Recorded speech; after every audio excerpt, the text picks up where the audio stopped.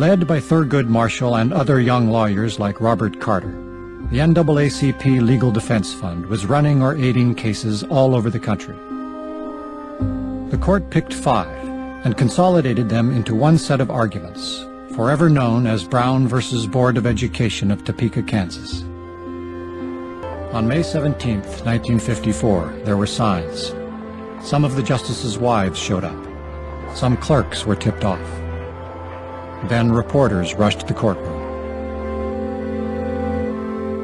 Warren starts off in a bland manner, and you can't tell for a while as he's delivering the opinion what the outcome is going to be.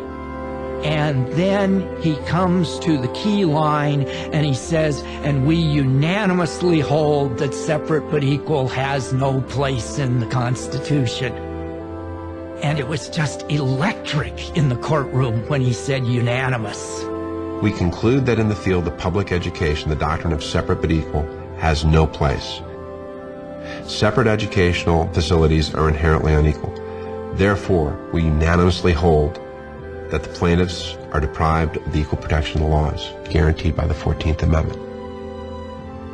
Plessy v. Ferguson in education is no more, and in practice, Plessy v. Ferguson itself is no more. The era of Jim Crow, constitutionally speaking, is over.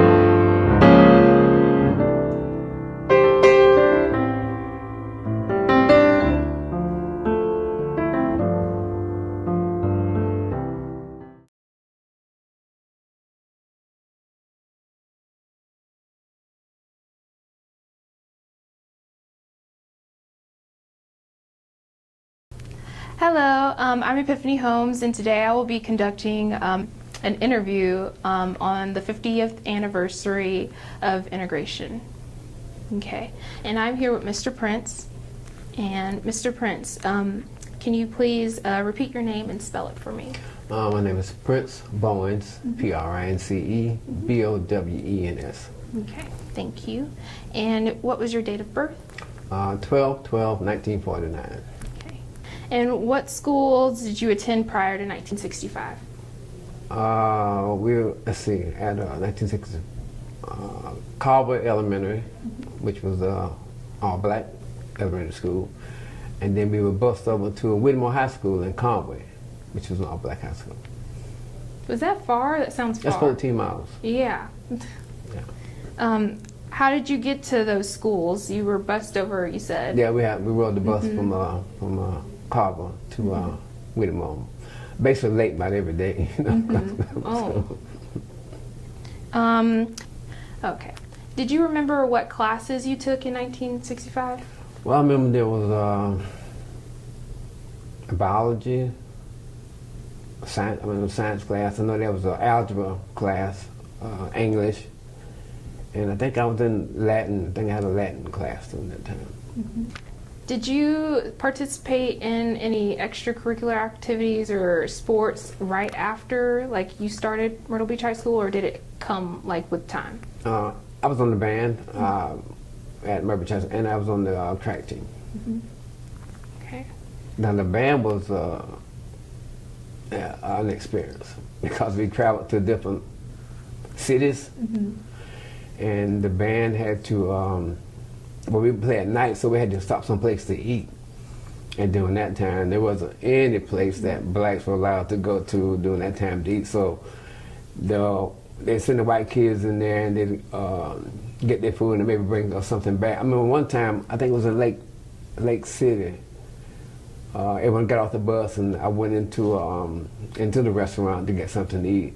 And they said, no blacks allowed in here. So I had to go back on the bus, but the band director said, all right, if you can't eat, then everybody get back on the bus. And so that was a That was nice. Yeah. Now, how long was it before more African Americans started to come into Myrtle Beach High School? 4 of us came in January, and then I think none others came until August of that next school term. It wasn't something that most of them wanted to do because they missed their friends, and they wanted to play football, play sports over there. So it was. Was it worth it, what you went through? Most definitely, we've come a long way in the last 50 years. All right. Does it feel like Myrtle Beach High School is fully integrated today? Yes, I believe that Myrtle Beach High School is fully integrated today. I don't really see anyone hanging out with just one group of people. It's really like, it doesn't really matter really this much anymore. Do all students receive equal treatment and education if they work to achieve them? Yes. I believe that the people that work hard for their grades, you see it, and it does reflect in their grades. Okay. Looking back on how and when integration happened, do you wish anything had been done differently? If it would have come earlier. Earlier? Yeah. Yeah. That's the big thing.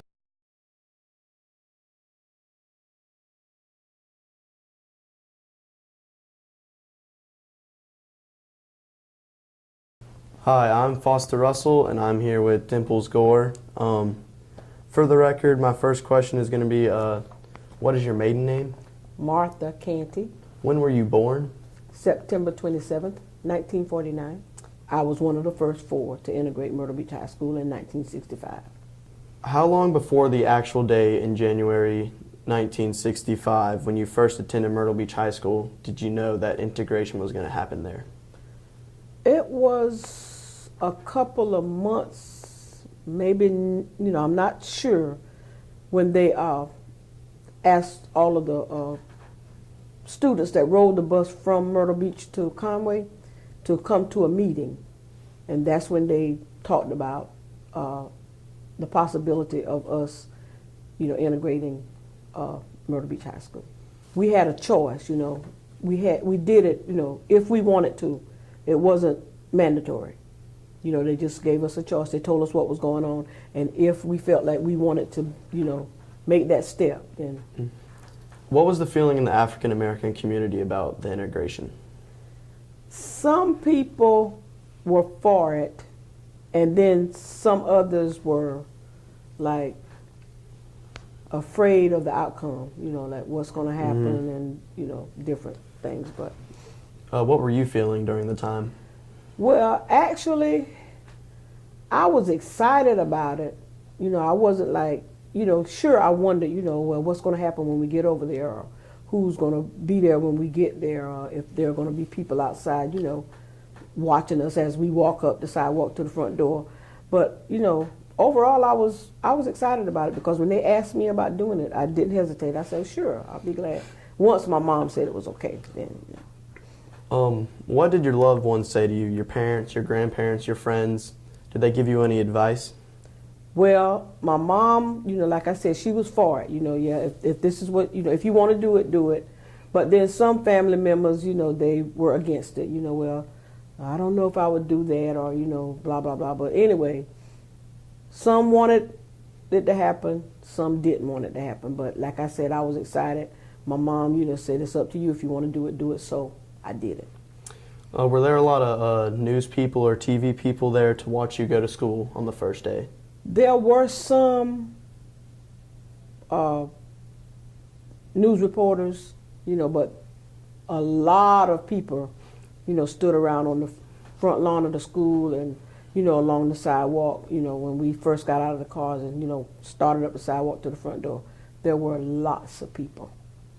Did you take the same classes as the white students there at Myrtle Beach High School? Yes. How long was it before the school was fully integrated? Well, when you say fully integrated, you mean?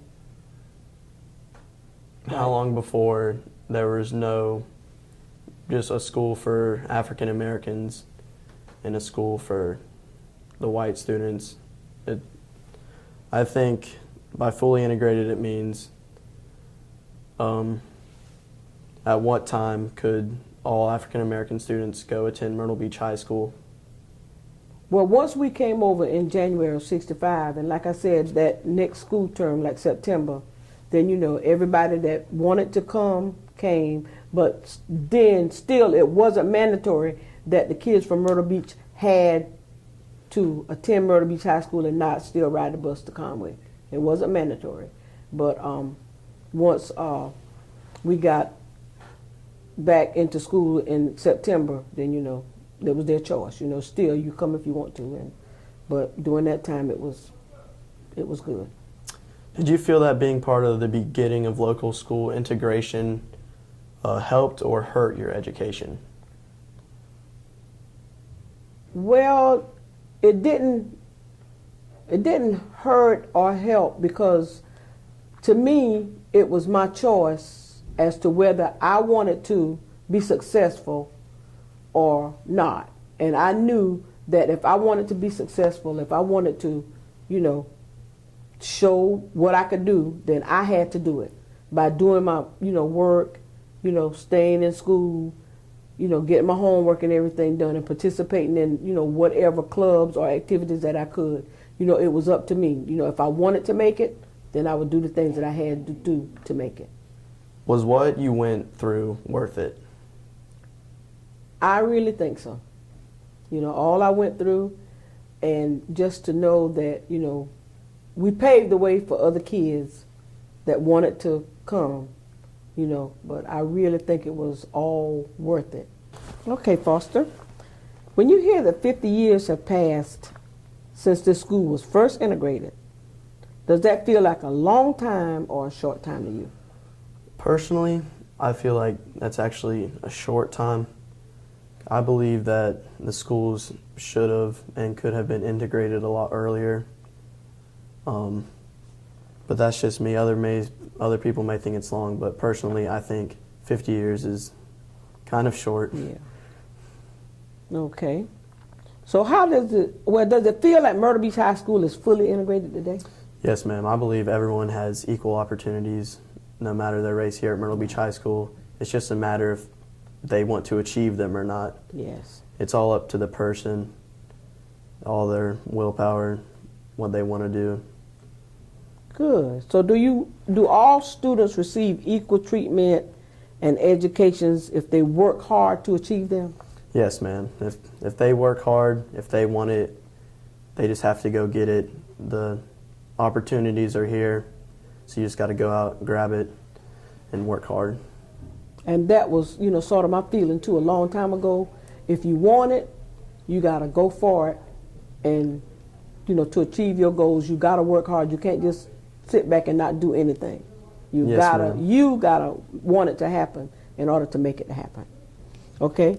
So looking back on how and when integration happened, do you wish anything had been done differently? Well, I'm glad that you and others all took the first step in integrating the schools, but the only thing I wish would have happened differently were that the integration took place earlier.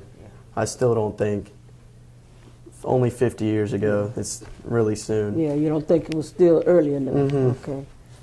Okay, well, very good. All right, thank you Yeah, again. you're quite welcome. So the yearbook right there. Yeah, this is the yearbook, 1967, the year I graduated. And this is a picture of me with, you know, some of the other students. Is that says the girls' powder puff game? Did you play in that? No. No, I didn't. Mm-mm. Were you a freshman, sophomore, junior, or senior when you first went to Myrtle Beach High School? Sophomore. Sophomore. Mm-hmm. Yeah. Vice- Second semester, sophomore, 10th grade. I don't regret at all the move that I made when it came down to integrating, you know, Myrtle Beach High School. I don't regret the move at all. Very satisfied.